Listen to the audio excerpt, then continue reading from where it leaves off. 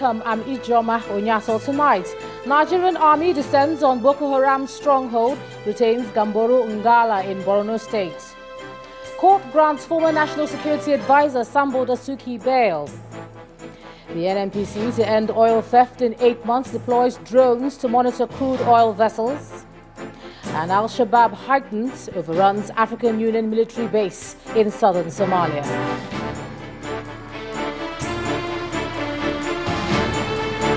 And on business news tonight, Nigeria's Manufacturing Purchasing Managers Index falls to 49.2 for the month of August.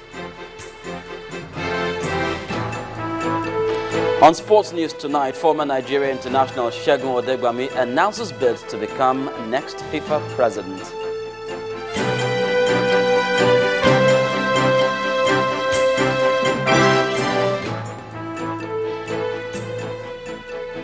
The Nigerian army appears to have overwhelmed Boko Haram terrorists in Gamboru Ngala village in Borno state. The acting director of Army Public Relations, Colonel Sani Usman, told journalists today that the military is now mopping up and patrolling the area. Gamboru Ngala is seen as an economic strategic town in Borno state, and Boko Haram had occupied it for many months. Upon appointment of service chiefs, the president gave a directive that insurgency must end in December. Since then, there's been intense fighting and bombardment of areas believed to be the stronghold of Boko Haram. Hundreds of children and women have been killed by the terrorist group, and many are still being held captive. Now, the former National Security Advisor Sambo Dasuki has been granted bail by a federal high court sitting in Abuja, the nation's capital. Mr. Dasuki, who was arraigned this morning by the Department of State Security, pleaded not guilty to a one-count charge of illegal possession of firearms. Having taken his plea, Mr. Dasuki's counsel, Mr. Joseph Saudi, made an application for bail on self-recognition on the basis that the former NSA had served the country in a sensitive position.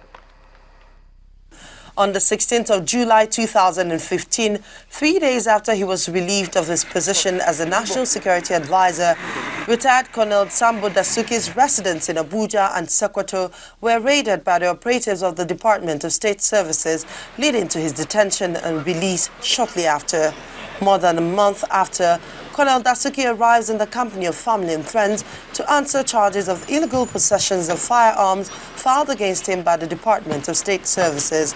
According to the charge, different makes of firearms, which includes 5 Tavor assault rifles, 1 micro Uzi gun, 20 magazine ammunition, APG caliber gun, Luger gun, small magazine containing 16 rounds of ammunition, big magazine containing live rounds of ammunition, 36 rounds of live ammunition. The former National Security Advisor pleaded not guilty to the charge. Having taken his plea, his lawyer, Mr. Joseph Daudu, made an application for his bail on self-recognition. He argued that the accused has served the country in a sensitive position in the past, and also any fear that he will abscond is a non-issue because his travel documents are with the Department of State Services.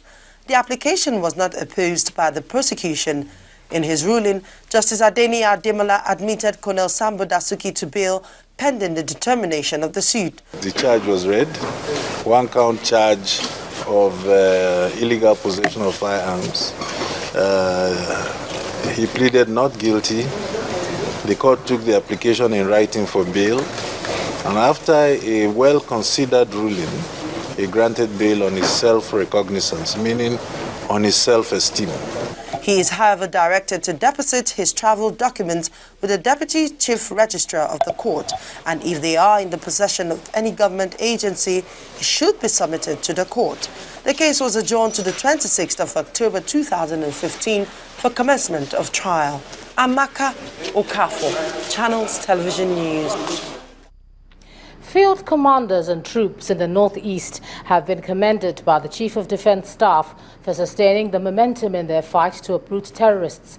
From Nigerian General Gabriel Olonshake gave this commendation at the briefing with principal staff officers and senior officers of Defense Headquarters in Abuja. According to a statement from the Acting Director, Defense Information, Colonel Rabi Abubakar, the Defense Chief says all hands must be on deck to ensure that the presidential directive of ending terrorism soon is achieved. General Olonishake also unveiled his vision for the armed forces of Nigeria which is to ensure a well-motivated, trained and equipped armed forces that's responsive to national security commitments. He emphasized that all operational responsibilities of the Defense Headquarters henceforth would be guided by the vision. Well, residents of North Bank area in Benue State have staged a protest at the National Human Rights Commission over an alleged army attack in their community over 2 weeks ago. Now, according to the leader of the group, Mr. Dixon Tari, who is also a member of the House of Representatives from Benue State, soldiers attached to the Nasme barracks attacked the community, destroying property including cars and houses on the said date. The petition also alleges that the attack was triggered by an earlier confrontation between a soldier and a resident over a lady. Meanwhile, the Executive Secretary of the National Human Rights Commission has promised to investigate the matter. Executive Secretary, we're here this afternoon with a petition from my community as regards the attack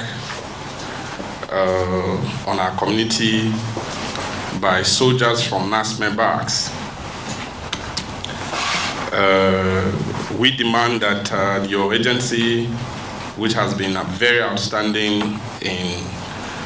on the issue of human rights, investigates, prosecutes, and we're also seeking compensation from the army over the destruction of our property in Makurdi on the 14th of August this year.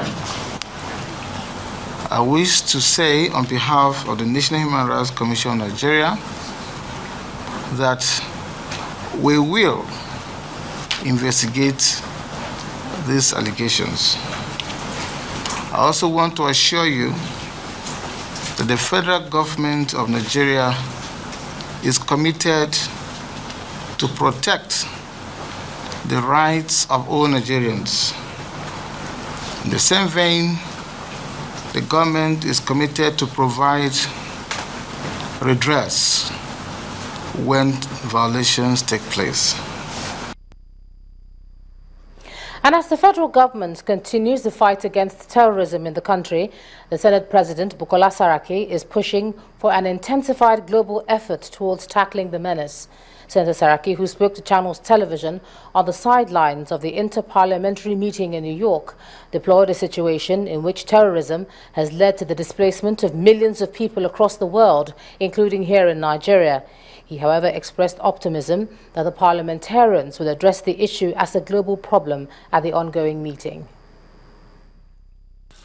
You meet for the first time in 5 years at a moment when the world is gripped by multitude crises, more people having been displaced by conflict than at any time since the Second World War. Chilling words from a UN Secretary General, Ban Ki-moon. Conflicts in Syria, Libya, Iraq, Nigeria, to name a few, have led to the displacement of millions of people. Hundreds of migrants have been killed as they attempted to flee war-torn countries seeking asylum in Europe. At the ongoing Fourth World Conference of Speakers of Parliament, the UN Secretary General challenged parliamentarians to work for peace in their respective countries. We are being challenged to strengthen our collective resolve to promote peace and security, sustainable development, and human rights around the world. In Nigeria and surrounding countries, many have been displaced because of attacks by terrorists, notably Boko Haram.